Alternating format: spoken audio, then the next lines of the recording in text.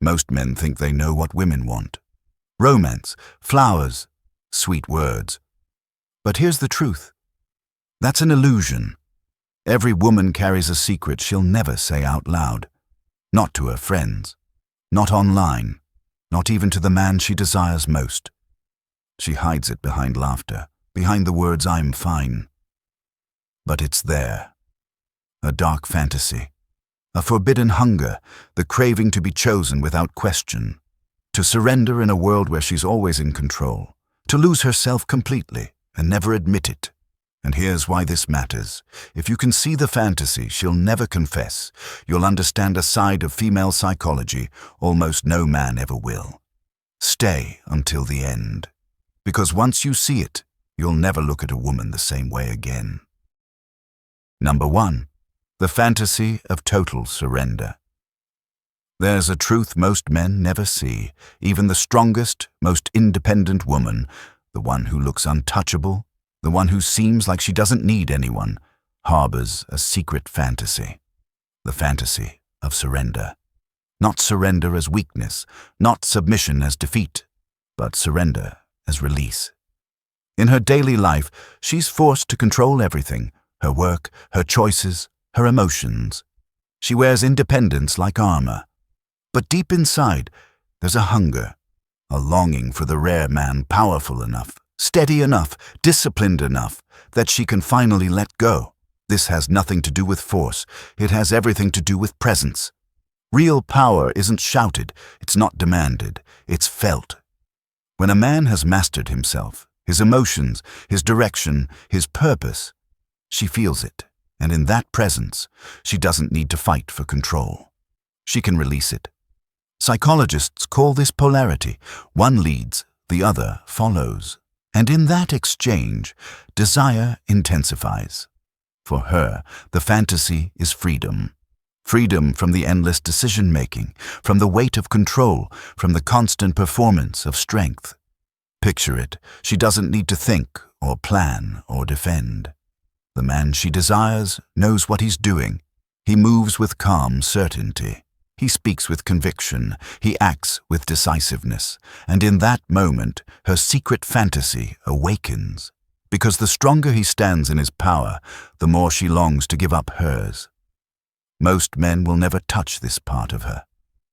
Why? Because they're afraid to lead. They hesitate. They wait for her to decide, for her to guide, for her to initiate.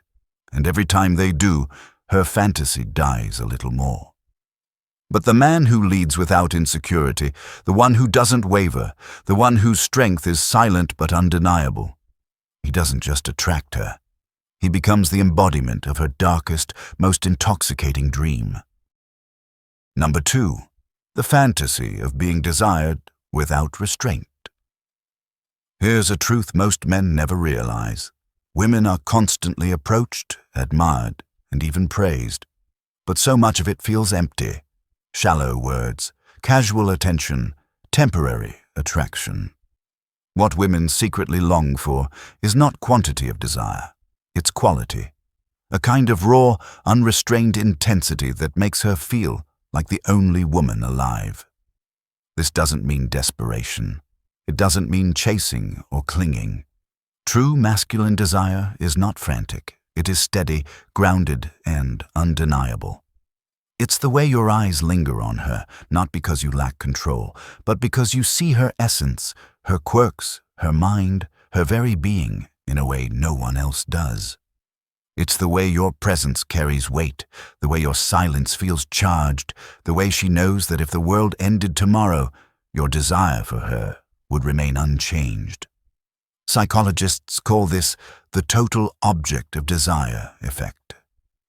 It's when a woman feels consumed, not just physically, but mentally and emotionally. She feels wanted for more than her beauty. She feels wanted for her existence. But here's the paradox. She will never admit this. Society teaches women to hide that hunger, to confess, "I want to be desired without restraint," risks judgment, shame, or misunderstanding. So she stays silent.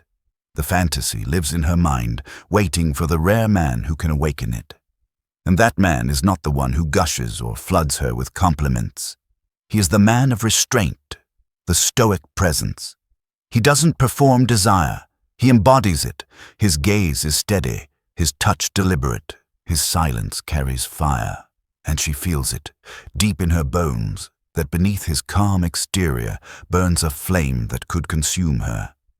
This is the secret fantasy, to be wanted completely, with intensity and depth, by a man who could have anyone, but chooses her. Number 3. The fantasy of losing control in the heat of passion. A woman's life is built on control. She controls her emotions in public, controls her words in conversation, controls her appearance so she's always put together. She controls how she's seen, polished, measured, composed. But hidden beneath that surface is a darker longing. The fantasy of losing all control in the arms of a man strong enough to hold it. In this fantasy, her voice rises without permission. Her body responds before her mind can reason. Her emotions flood out, raw, unfiltered, unpolished.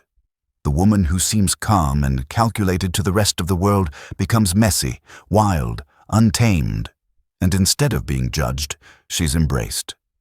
Psychologists call this erotic disinhibition, the deep desire to let go of social rules, to escape the endless pressure of composure, and to feel herself completely without shame. It's why so many women secretly fantasize about passion, overwhelming control. Because in real life, they're rarely allowed to surrender. But here's the truth. This fantasy awakens only with a man she trusts completely.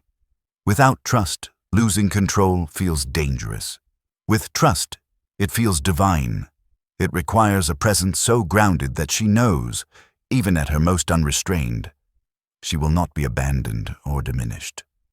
Most men never experience this side of a woman. Why? Because they're too busy performing, too focused on their own ego, their own pleasure. But the man who listens, who observes, who creates the space for her storm to erupt safely, that man becomes unforgettable. And here lies the paradox. The more disciplined, controlled, and stoic you are as a man, the freer she feels to let go. Your strength gives her permission to lose hers, and in that moment, when she surrenders completely, she steps into the very heart of her most hidden fantasy. Number 4. The fantasy of being chosen. Exclusively in a world of temptations. A woman sees everything, the glances, the flirtations, the messages that arrive at midnight, the compliments dressed as casual words. She knows the world is full of temptations, full of men chasing, women competing, and endless distractions begging for attention.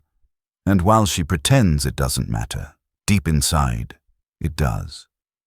Her secret fantasy? To be chosen. Not because she is convenient, not because she's available, but because in a world of endless options, he wanted her, above all else. This fantasy isn't about jealousy. It's about emotional safety. It's about knowing she is not just one of many, but the only one. To feel like the rare treasure a man refuses to risk, even when the world offers him every chance to wander. Psychologists call this perceived scarcity, the truth that we value most what others could easily lose. And when a man proves, time and again, that he chooses her above the noise, he becomes unforgettable. But here's what most men miss. Women rarely admit this fantasy. Society teaches them to hide it, to act as if they don't care, to smile when they feel replaced, to stay silent when they ache. But in the quiet moments, their heart trembles at one question. Will he choose me above the rest? The man who awakens this fantasy doesn't need grand gestures. It's in the small, unshakable choices. He cancels other plans when she needs him. He introduces her as my woman with calm pride.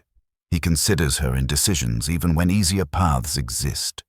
Each moment whispers the same truth. She matters more than the rest. In a world full of temptation, exclusivity is the ultimate proof of value. And the man who gives her that proof, not with promises but with consistency, becomes her fortress, the one she'll never forget. Number 5. The fantasy of being truly seen, brains, body, and battle scars.